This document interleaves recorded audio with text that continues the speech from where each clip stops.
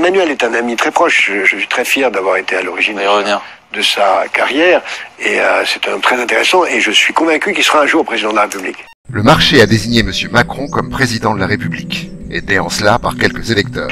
C'est que le président de la République n'a plus de pouvoir, ou beaucoup moins de pouvoir, en tout cas qu'avant, mais que les Français, et lui-même aussi, croient qu'il a toujours les mêmes pouvoirs. Mais pourquoi il aurait moins de pouvoir? Véronique Jacquier, Sud Radio.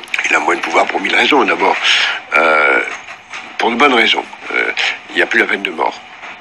Et il n'y a plus l'Union soviétique. Donc les deux dimensions fondamentales de la thaumaturgie, du droit de vie nucléaire, le droit de vie et de mort ont disparu. L'euro, aussi bonne raison, fait qu'une grande partie de la politique économique est heureusement devenue européenne. La décentralisation, les grands investissements ne sont plus dans l'État et la politique de grande infrastructure ne lui appartient plus. Les privatisations, il n'y a plus de politique industrielle possible. La globalisation, le marché l'a emporté très largement.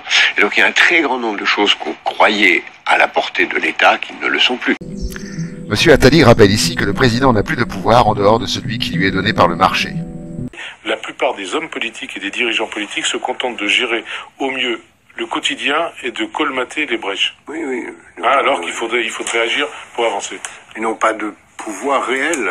Ce qu'on vient de voir ont la grandeur d'être élus du peuple. Ils n'ont pas de pouvoir réel sur la société. Monsieur Attali nous rappelle également que le personnel politique est impuissant. Comprenez que les politiques sont désormais au service du marché. Le marché a donc le pouvoir. Ces traités font loi qui s'imposent à la loi des hommes. Tous ceux qui, dont j'ai le privilège d'avoir fait partie, ont tenu la plume pour écrire les premières versions du traité de Maastricht, on s'est bien engagé à faire en sorte que sortir ne soit pas possible. On a soigneusement oublié d'écrire l'article qui permet de sortir. Monsieur Attali se dit honoré d'avoir empêché les peuples de s'autodéterminer. Seuls les marchés déterminent.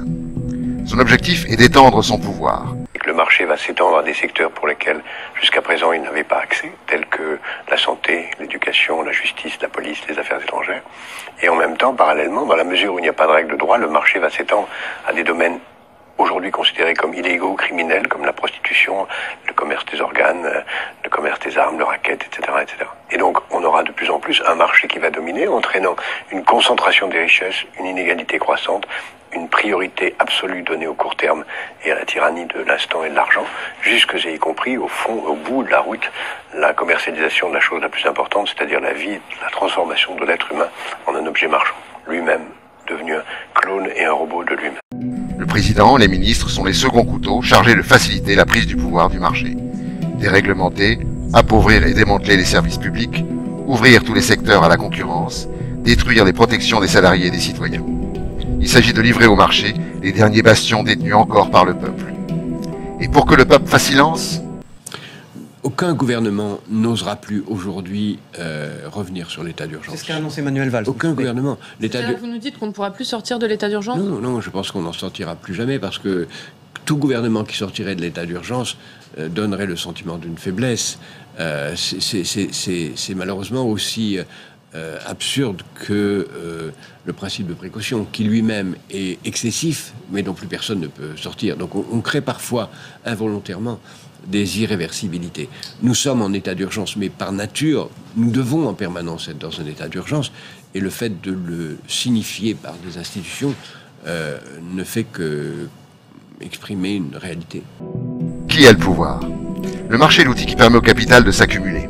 Les détenteurs du capital et des propriétés lucratives sont ceux qui ont le pouvoir politique. Ils font et défont les pouvoirs politiques à leur guise sans que les peuples n'interviennent. Ils ont déjà prévu la succession, M. Macron. J'irai même plus loin. Je crois que je connais celle qui viendra après lui.